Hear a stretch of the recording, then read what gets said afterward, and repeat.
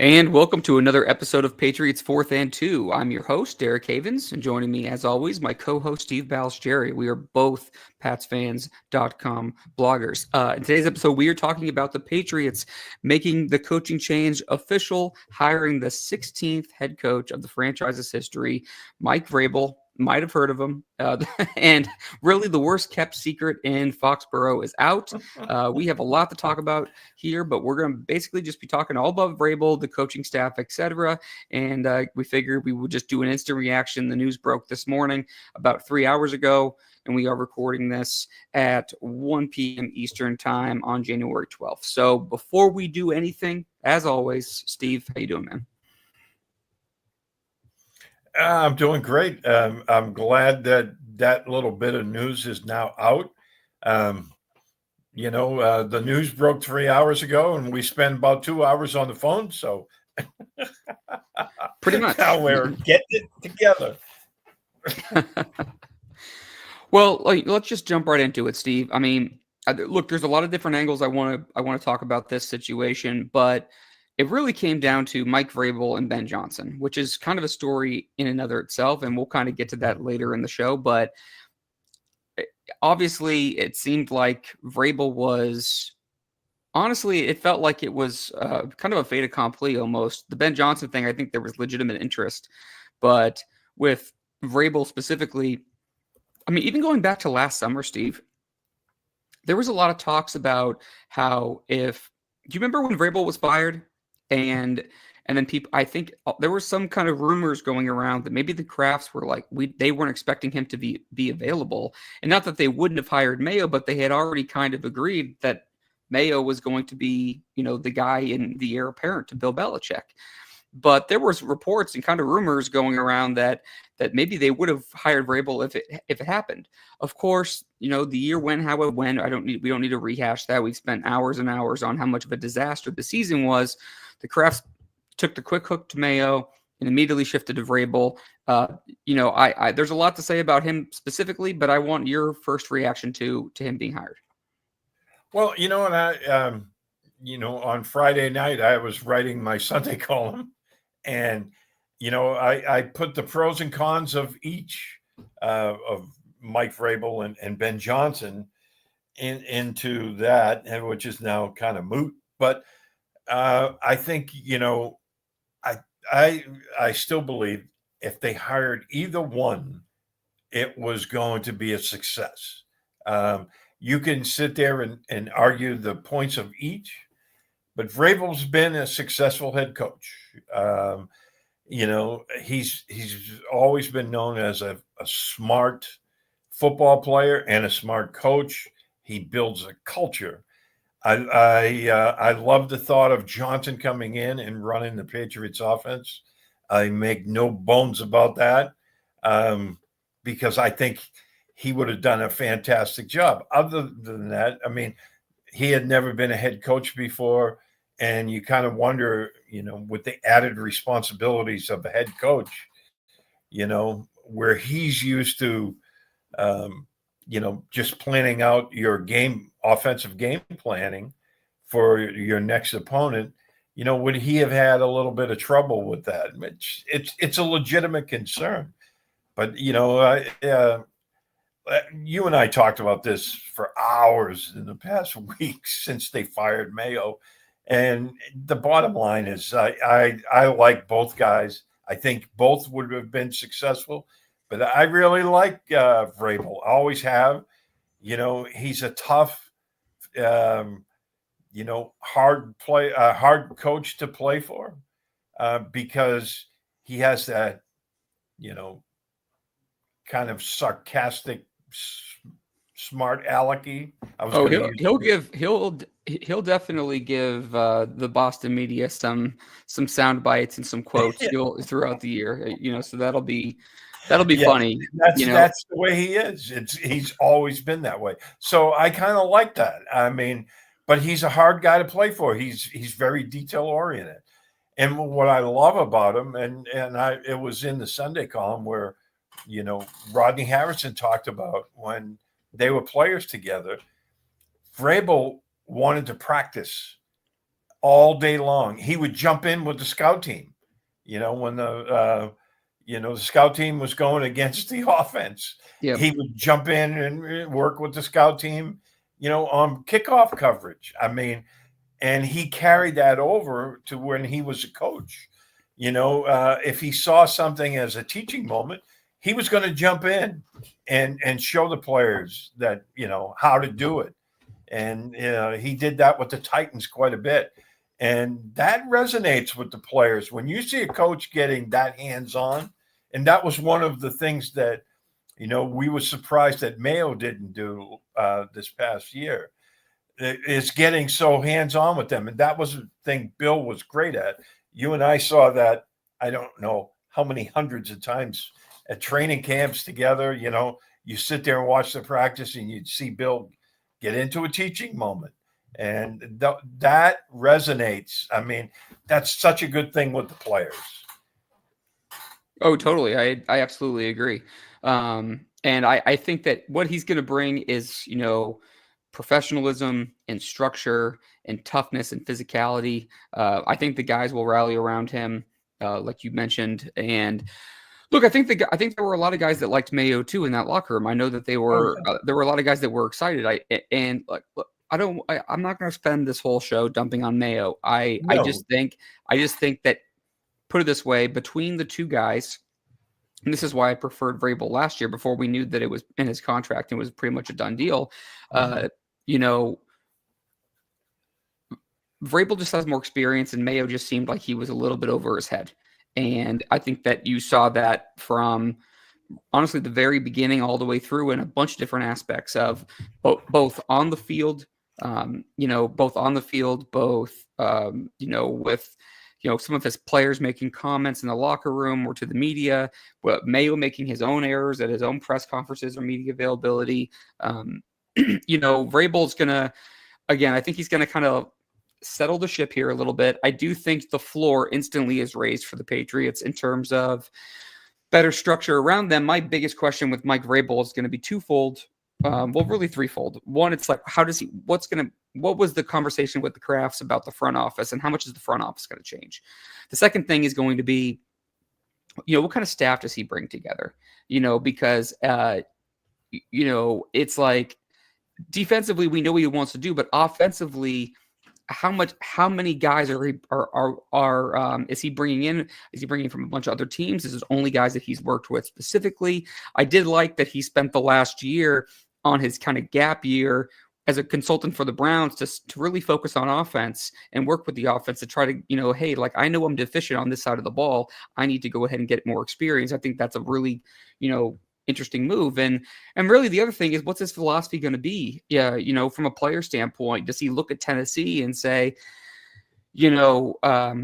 Ryan Tannehill was really the best that he could do. And he had, I want to say it was either 31 or 33 wins and 18 losses with Ryan Tannehill. And he was far below 500 with pretty much every other quarterback that he had there. So when he had a decent quarterback, they were winning games. Now they also had Derrick Henry in his prime, which, helped. And he wanted to run the ball and play tough defense and be aggressive and all that kind of stuff. But, this team is obviously the biggest focus, I think, for a lot of Patriots fans is right now Drake May and his development. So yes, that's great for Vrabel to kind of settle it down, but I do think the personnel and the staff that he puts around Drake May is the next biggest question for me.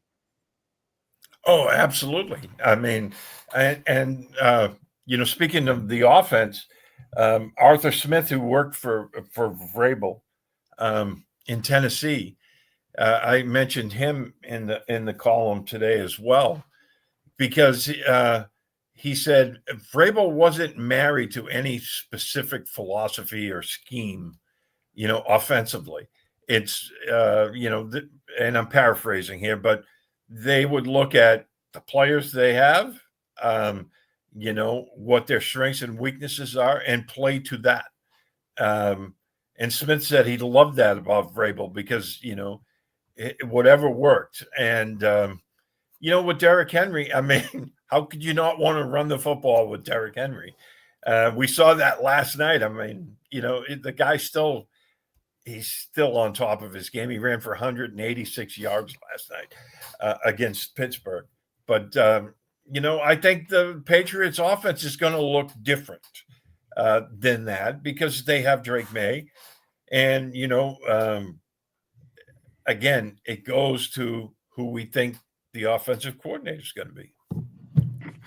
Yeah, and obviously there's been a lot of talk about Josh McDaniels, joining the staff, and there's been a lot of questions about really all over the roster. But Josh McDaniels is kind of has been the rumored offensive coordinator for the team, Steve, for a while now, and under Vrabel, if they went that route.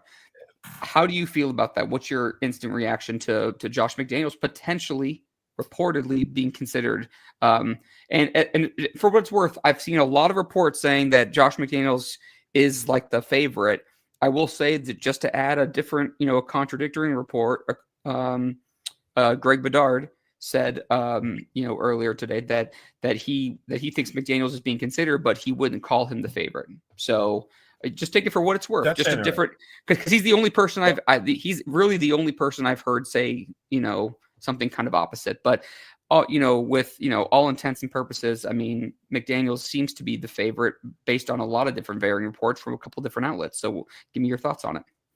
Yeah, that's interesting. I mean,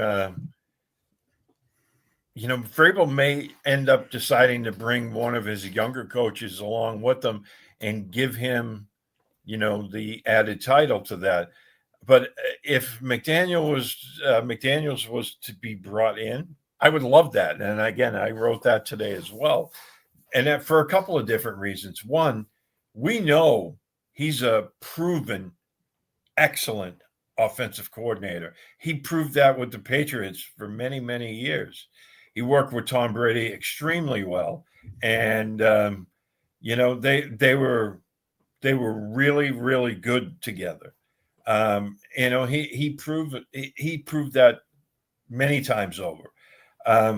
He's also a great teacher. You go back to Mac Jones's rookie year. That was Mac Jones's best year as a pro, and he did really well. I mean, McDaniels brought him along slowly, but his numbers played that out, and he was a Pro Bowl quarterback in his rookie season. He hasn't come close to approaching that since McDaniels left for the Raiders. So he's a great teacher as well. I think him and Mac Jones would get along famously. And most importantly, McDaniels isn't going anywhere.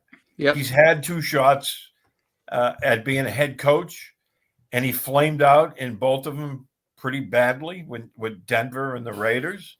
So, the one bad thing about these hot, new young offensive coordinators is, eventually they get so good that they get head coaching jobs and they move on. Well, as we both know, McDaniels isn't going anywhere anytime soon. So I would love that. I would say for McDaniels, for one, a couple different things. For me, the most important thing would be, do you believe this guy can run an offense that's going to get you to put up, points? And the second biggest thing would be what you said would be, that he's not going anywhere, because I think those are important. We know he's not going anywhere for a couple of years. I can't imagine. I said this on the phone to Steve offline earlier.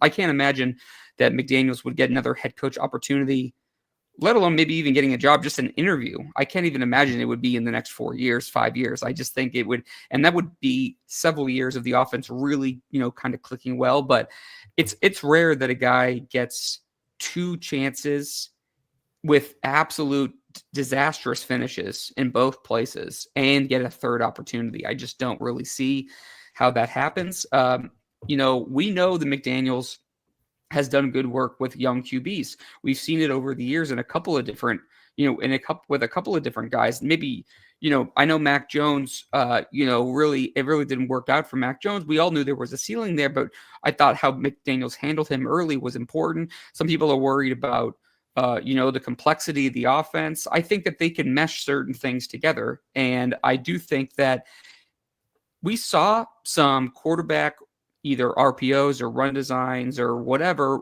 with McDaniels working with Cam Newton in 2020, that I do think he can incorporate some of those things with Drake May. Maybe not the same things because they're not the exact same type of runner and not the same body type. But I do think you could see him getting more involved in the RPO play action stuff, which a lot of people thought that they should have done more of with him, especially kind of inside the 5 or 10 yard line of the opponent in the red zone. So, yeah, again, McDaniels, I think, would be another check in his box, Steve, for me would be, we're talking about Vrabel being kind of the CEO head coach who's going to set the tone, set the structure, whatever. We know he's been trying to learn the offense more, but we know he comes from a defensive side. Well, in this case, you basically would have McDaniels as basically your assistant head coach in many ways, because he could basically run the entire offense. We've seen him do it before. And Vrabel could really focus on kind of managing the team, focusing on the defense, etc. Yeah, and that's a great point, because we saw Bill do that with Exactly. McDaniels. Right. Bill said on many occasions, I don't worry about the offense. Josh has a handle on that, so I don't interfere.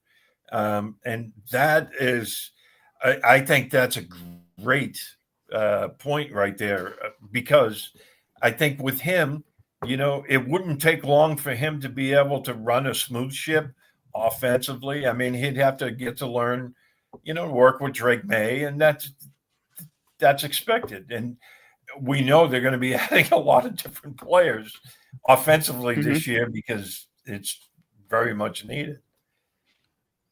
Interesting. I guess, if kind of throwing this a curveball at you here a little bit, but is there another name that you've thought of for offensive coordinator? Or if it's not McDaniels, put it this way, I guess. So that's a 2-part question. So it's, if there's another name, unless you don't have one off the top of your head, that's fine. But on a scale from 1 to 10, 10 being the happiest and 0 being not, where would you rank it if McDaniels was named OC? Oh, I'd put it at about a 9. And an interesting thing about the coordinator roles is, if in fact they, well, we'll put this up in a second here.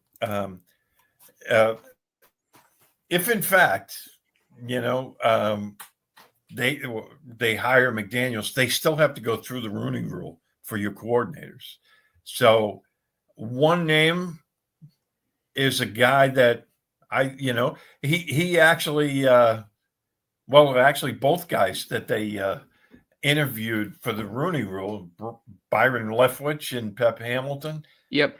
Byron Leftwich would be interesting. Yeah, and that was the name I was thinking of. Is if Leftwich was to get an interview, might him and Vrabel decide to work together? I don't know how they gel, because they never had any kind of interaction. But he'd be an interesting one.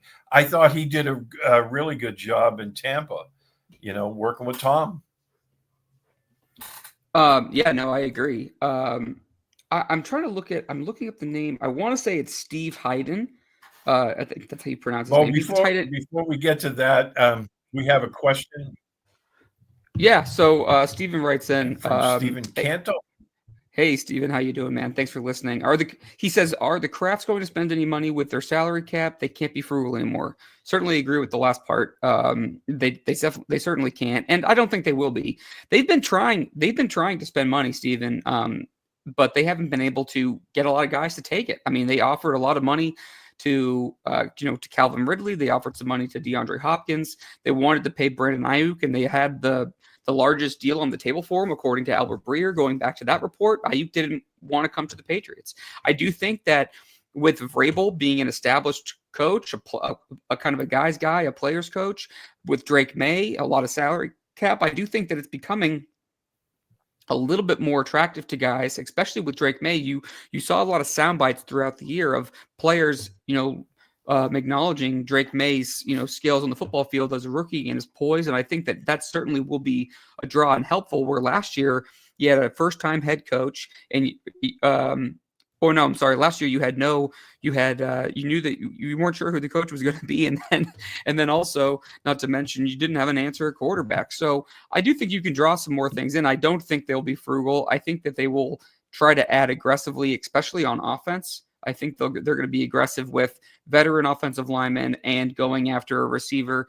There's always guys that have become available in the receiver market over the last couple of years, but obviously T. Higgins would be the big one. So I'm not expecting them to blow all 130 million or whatever they're going to be at, but expect them to throw some money around in some big time, to add some pieces, especially because you have to think Vrabel is going to want to play a certain style of football and he's going to make this roster his own. So they're going to have to go ahead and eat some money and move things around in order to make that happen. Steve, what do you think? Yeah, I certainly hope that they spend a lot of that money this year. Let's put it that way. I mean, we know they have a high draft pick and they have 9 draft picks in total. But if you can spend some money and get a couple of top tier players and a couple of really good plug and play veterans, because not everyone has to be a superstar. But if you get that one, big name on a position, you can fill another position with a guy that's not maybe a top tier guy, but a really good veteran who can complement that superstar.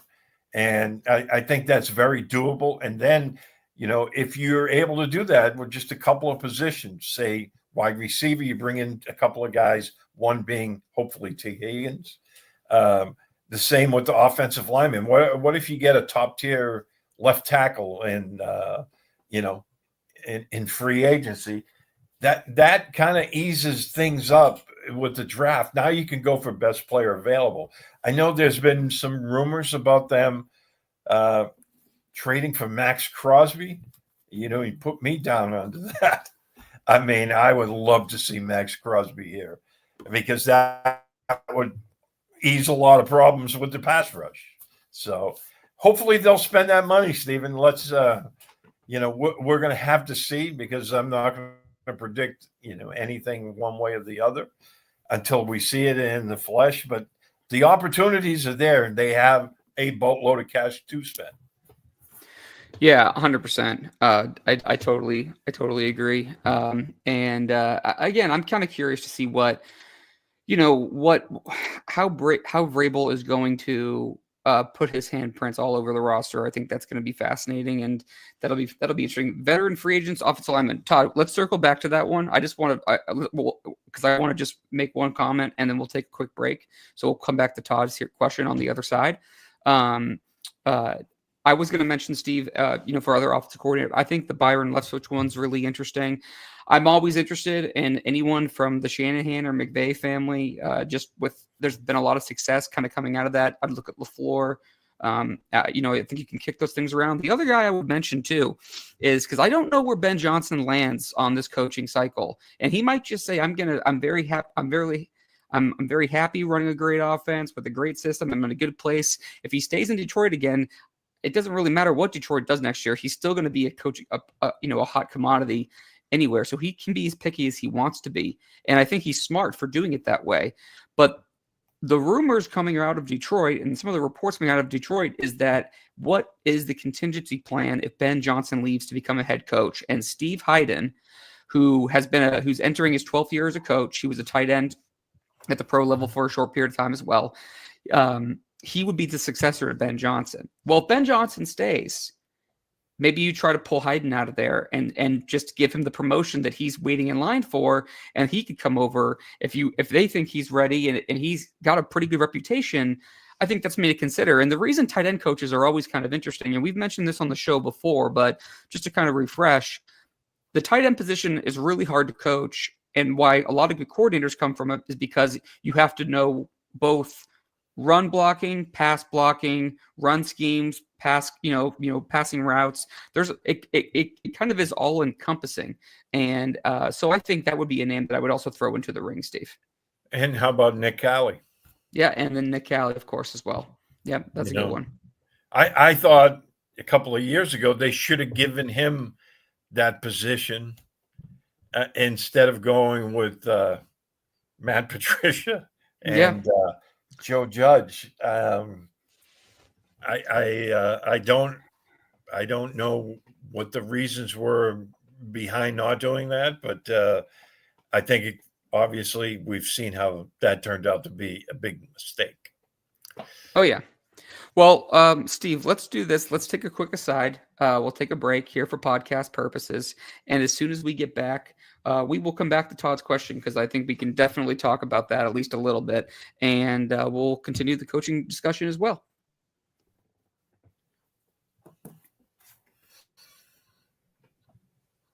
All right, we're back here on Patriots 4th and 2. Steve Balestrieri, Derek Havens here, talking about the Mike Vrabel hire as the 49-year-old becomes the 16th head coach of franchise history for the New England Patriots. And that news was announced this morning. A lot to talk about, Steve. But Todd had a question. Todd had a question about free agent offensive linemen. Todd, so I do think they are going to be aggressive in terms of free agents. I can look up if we want to do it. I can read off a couple of names if we want to talk about it.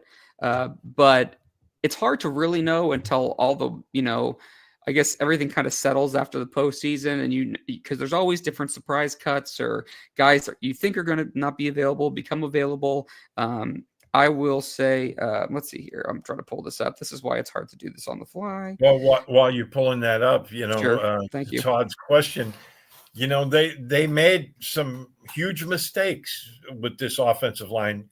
They let Joe Thuney, I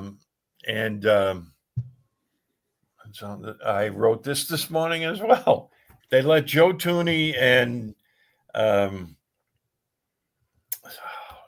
now I had it on the tip of my tongue and I forgot it. But they let them walk in free agency. And Shaq Mason they traded.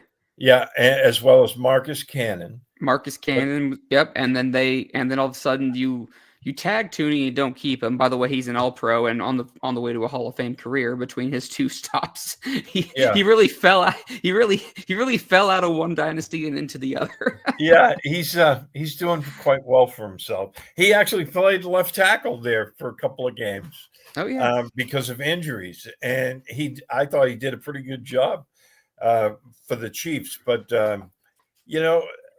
they didn't really address all those losses when you think about it. Ted Karras. Thank you, Todd.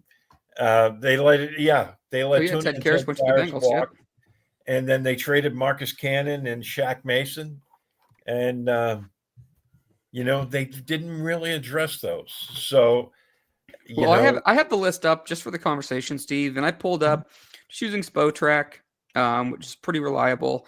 Filtered it through just all offensive linemen, and I did only unrestricted free agents. A couple of names that pop out, Cam Robinson, Cam Robinson, who's a left tackle. He's about 29 years old. He'll be 30 next. He'd probably turn 30 next year. You got Ronnie Stanley. I'm just looking at just tackles. There's some ones that are kind of like no names, like Mekhi Becton is going to be available, but he's never really been able to stay in shape. But there's a guy like Jedrick Wills who has really been pretty much a bust for the Browns as a first round pick, but he's only 25 years old. So you'll be getting him as he turns 26. Maybe you roll the dice on a low money deal with him and just see if you can coach him up, change the scenery, does him well. We've seen that before. Because to me, Steve, what I would do, the more I've thought about, and I know this isn't all offensive line talk, but the more I've kind of thought about it, the more I'm thinking you got to try to find one starting tackle I don't care if it's left or right side. You got to find at least one starting veteran tackle, and you need to sign another one who could be basically what you were hoping Chuks Okorafor was going to be last year. And then you got to take I think you got to take a tackle in the second or third round, if not the first round. I think in the first day or two, you got to take a tackle. And then you got to hope that whether it's the rookie tackle, whether you kick Onwenu outside to the right tackle, whether you hope Caden Walls can develop, you got to hope that one of those guys can play one side, and then the veteran with your veteran swing tackle can kind of give you some insurance there.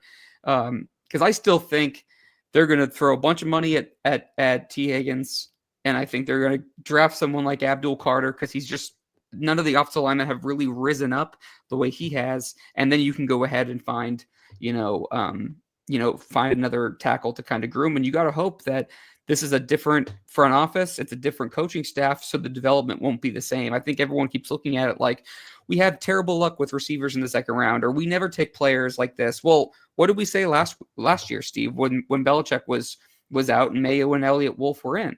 We don't know what the tendencies are going to be with this front office versus what it's been in the past. We're working kind of blind here. We got to see what kind of philosophy they have and what kind of guys they like. I mean, Vrabel has typically loved building through through the trenches on both sides of the ball. So I could easily see them, prioritizing either side, either defensive or offensive line, when this draft comes around, because, he's kind of a build from the inside out kind of guy. Yeah. And we really haven't talked about defensive linemen who are, free agents either. So, there's always that to look at. Well, the big one to me, Steven, a lot of people have talked about this one, and I've seen this quite a bit. The big name right now on who's coming up as a free agent is going to be Josh Sweat from the Eagles. And, he's had a really good year, and he's going to be 28 next season. So you could put it this way. You could easily go ahead and reshape the interior of that defensive line, or move some guys in, maybe move Keon White, and hopefully Christian Barmore's back, move some guys around, have some beef in the middle. And then you could draft Abdul Carter and have Josh Sweat on the other side. And all of a sudden your pass rush looks a lot different, like for example. And you could see something like that, because I think Vrabel's going to be aggressive defensively. So we don't know if he's going to stick with the 3-4 or go to a 4-3. Yeah. And again, there's a lot there. It's hard to answer some of these questions with really a very, very little to work with. We don't even now if we want to go ahead and have we'll have this conversation obviously as more and more information comes out. But until we know what the front office roles are going to be, what the coaching staff looks like, it's hard to look at tendencies or what they're really going to want to do just based on what these guys who are put in position, where they came from and what they've kind of done in the past. So that will be a conversation that we can have certainly later. I do want to talk about one more thing, from a coaching standpoint, and then we'll get to our final thoughts. But what are your thoughts? What are your thoughts on the fact that a lot of people are saying that the Patriots kind of really made a sham of not only the interview process, but the Rooney Rule specifically, Steve? I mean, they said they wanted to interview as many people as possible and kind of gather some information. And they really interviewed Mike Vrabel, who was the reported favorite for basically months now. Ben Johnson, who I do think that it went well. And I do think it went well. And I do think that they legitimately liked him. I just don't know if Vrabel was just the apple of their eye and he just kind of won them over because of that personal connection. And maybe they were scared about, I don't think it's crazy to say that maybe the Crafts leaned on the side of Vrabel because they felt like they know he's been there before and he can settle the ship. And they just feel like there's just too much dysfunction and it wasn't worth the risk in their eyes to try a new head coach again when it's been so dysfunctional the last couple of years. And then you obviously have Pep Hamilton and Byron Leftwich interview, which felt kind of random. And so a lot of people were upset that maybe this was just to make the Rooney Rule, just kind of meet those, just kind of check those boxes. And then reportedly, Aaron Glenn, who's been a very hot coaching candidate, the defensive coordinator for the Detroit Lions, declined the interview because he felt like, he's taken an interview with every team that has an opening besides the Patriots, and he felt, again, reportedly, that he felt like it was kind of a sham and the cat was kind of in the bag already with Vrabel. So give me your thoughts on this whole situation, Steve, because I do think it's an interesting one. Yeah, and I do believe that, you call it what you will. I don't know if you want to say they made a sham of it or whatever, but let's be honest. I don't think they were serious at all about bringing in either Pep Hamilton or Byron Leftwich. And I thought, I agree with some of the thoughts that are out there about that. It's not fair to those guys. It doesn't, and they're far from the only team that does this, by the way, but it goes against the league rule, because basically, yeah, call it what it is. They did make a sham of it. You know, did anyone really think Byron Leftwich or Pep Hamilton was going to be top of their radar? No, I don't think so. And I agree with Aaron Glenn. Why bother? Go through the motions if you already know they're going to hire somebody else. And I know that they had their heart set on those two guys, and I don't know. Sometimes you have to wonder, if that league rule should be removed, because again, if you're, if you have your mind set on somebody, not saying that they're racist or anything else, but if you have your mind set on a certain coach, do you really have to interview 4 or 5 guys to settle on the guy that you want all along? I don't know. That's a question for people way above my pay grade. So, but it is what it is. Same here. I do think that it's a bad look. And I really, definitely. I don't blame them for wanting to make quick action. I know some people, by the way, and some people have had this question, and I answered it on Twitter a couple times, but a lot of people were surprised that Brian Flores wasn't interviewed. Well, league rules are, because the Vikings play this weekend, he can't interview until next week. Or to like during the week or whatever. The Lions, for example, had the bye. So he was able to interview. Now, it had to be virtual. If you're with the other team under contract still, it has to be virtual. Vrabel wasn't. He came in person. So I don't know. I didn't really get the Pep Hamilton thing, to be honest. That one really came out of nowhere. Even Leftwich, I thought both kind of came out of nowhere, but it doesn't really help. It doesn't really help the case, to kind of defend them. But I do think it was a little distasteful, was a little rushed, and it felt like with all, what's the famous quote is, when there's smoke, there's fire, right, Steve? And it seems like it's been Vrabel for so long. Someone in that front up and someone in the the craft tower high up was blabbing to somebody, because it was the worst kept secret in a long time. And I don't think the Patriots are going to be like disciplined for it or anything like that, because they met the requirement, but I do think it's a bad look. And honestly, I just don't think it comes off like, I think it comes off looking great. I think the rule, while I understand why they put it in place, I do think it's kind of a joke amongst itself. I really think it should be the best, candidate possible, because I think it avoids doing some of these kind of making these people like jump through hoops. And I don't blame someone like Aaron Glenn for being offended. But with all intents and purposes, I mean, a lot of people think he's going to be an excellent head coach, when his time comes, and he's been really a hot candidate. So for him to brush you off because he thinks that, I just don't think it comes across like a great look from other teams across the NFL or the fans. No. And, and again, it's not a good look, because, these guys basically came out of nowhere, because when I heard they interviewed them two, my thought was the first thing that everyone else thought. Where did these two guys come from? They haven't been mentioned whatsoever. And is it just for, checking the block for the Rooney Rule? And turns out, I believe that's all it was. So, and that's bad. I mean, you don't want that. You don't. Certainly not. Well, let's finish up the But conversation. again, they're not the only team that does that. No. I'm not saying that at all. I just think it's a bad look. I think, this is an instance where it's a bad look on them, but certainly they're not the first or will be the last, offenders of the rule. I just think the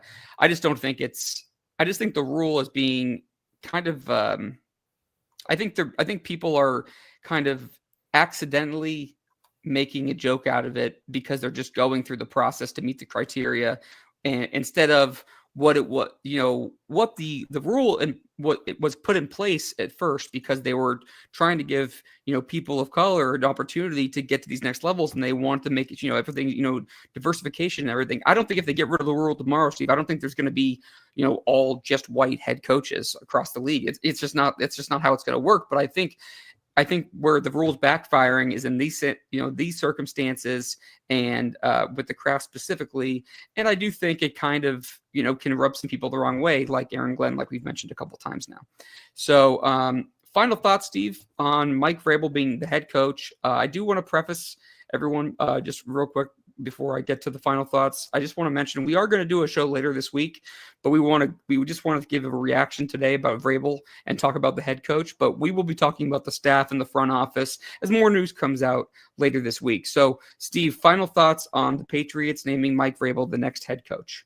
Yeah, it was the not so surprising news that the Patriots hired Mike Vrabel. I mean, we all know that, and I just think it's a great hire. I was going to be happy with either one of the two finalists, and I'm very glad they got Vrabel, because we know he's going to build the culture that this team needs.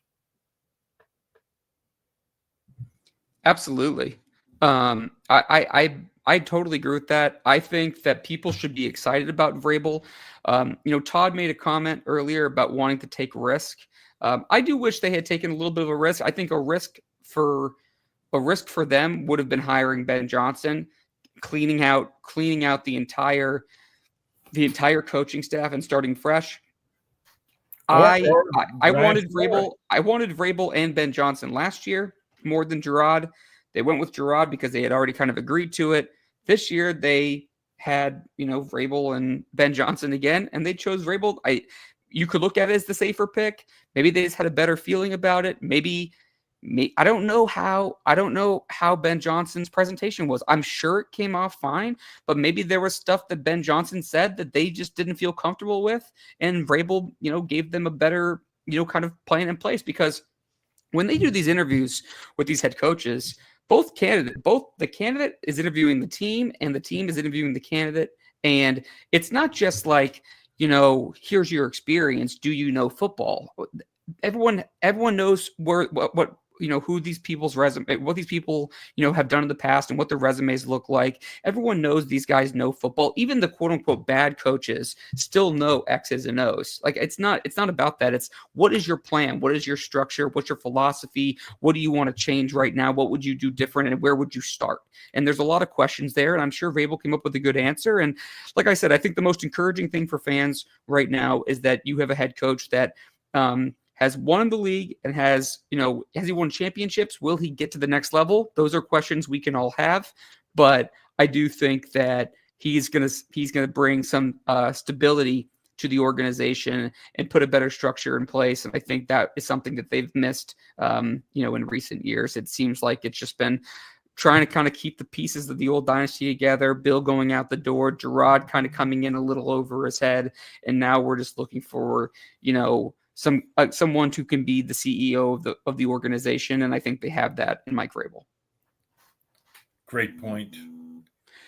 All right. Well, I want to thank everyone who listened to this episode of Patriots 4th and 2. Please do subscribe to us on our YouTube channel, and like, share, or leave us a review on Apple Podcasts or wherever you listen to podcasts. It keeps us high in the podcast ranking so other Patriots fans can find us. Again, I want to thank everyone for listening. Steve Ballsjerry, I'm Derek Havens. Thank you again for listening to this episode of Patriots 4th and 2, and we will talk to you guys later this week.